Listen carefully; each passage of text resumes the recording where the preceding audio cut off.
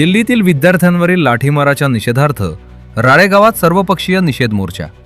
धर्मेंद्र प्रधान यांच्या राजीनाम्याची मागणी. राळेगाव.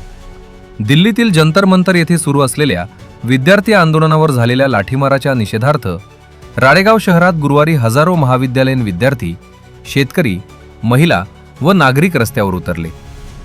सर्व पक्षीयांच्या वतीनं काढण्यात आलेल्या भव्य निषेध मोर्चामध्ये शिक्षण मंत्री धर्मेंद्र प्रधान यांनी तात्काळ राजीनामा द्यावा अशी जोरदार मागणी करण्यात आली. राळेगाव बंदच्या आवाहनाला उत्स्फूर्त प्रतिसाद मिळाल्यानं शहरातील बाजारपेठ पूर्णपणे बंद ठेवण्यात आली. आंदोलनाची सुरुवात डॉक्टर बाबासाहेब आंबेडकर यांच्या पुतळ्यापासून झाली. त्यानंतर मोर्चा शहरातील प्रमुख मार्गानं उपविभागीय कार्यालयाकडे रवाना झाला. आंदोलकांनी विद्यार्थ्यांवरील लाठीमाराचा तीव्र निषेध नोंदवत जोरदार घोषणाबाजी केली. उपविभागीय कार्यालयासमोर आंदोलकांचा मोठा जमाव एकत्र आला. परिस्थितीचा अंदाज घेत कार्यालयाचे मुख्य प्रवेशद्वार बंद करण्यात आले. त्यानंतर आंदोलकांनी कार्यालयासमोर घोषणाबाजी करत आपल्या मागण्यांचे निवेदन प्रशासनाला सादर केले. आंदोलनकर्त्यांनी दिल्लीतील विद्यार्थ्यांवर लाठीमार करणाऱ्या दोषी अधिकाऱ्यांवर कारवाई करावी, केंद्रीय शिक्षण मंत्री धर्मेंद्र प्रधान यांनी नैतिक जबाबदारी स्वीकारून राजीनामा द्यावा, तसेच सोनम वांगचुक यांच्या आंदोलनातील मागण्या मान्य कराव्यात अशा प्रमुख मागण्या केल्या.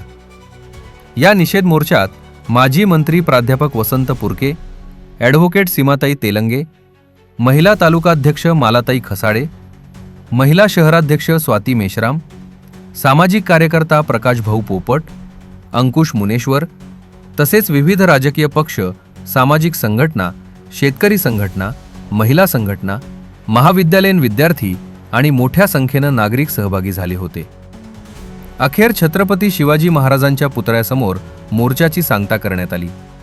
मागण्या मान्य न झाल्यास आंदोलन अधिक तीव्र करण्याचा इशाराही आंदोलकांनी यावेळी दिला.